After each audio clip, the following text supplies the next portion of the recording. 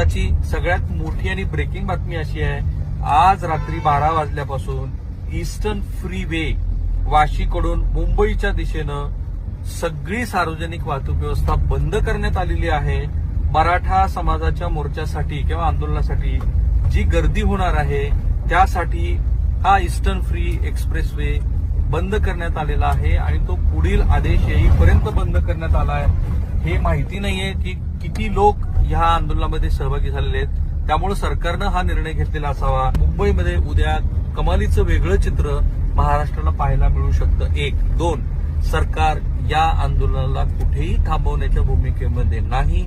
अर्थात तसं सरकार करू शकतं का एवढ्या मोठ्या संख्याबळावरती, हाही प्रश्न आहे. आणि त्यामुळे हळूहळू सरकारसमोरचे जे मर्यादित पर्याय आहेत त्या पर्यायाचा वापर सरकार करत आहे.